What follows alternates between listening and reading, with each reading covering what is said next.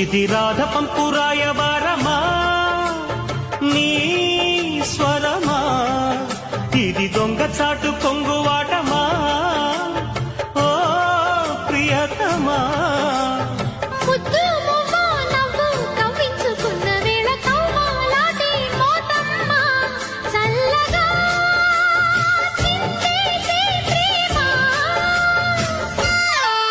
సిరి చందనపు చెక్క లాంటి భామ, నందివర్ధనాల పక్క చేరవమ్మ.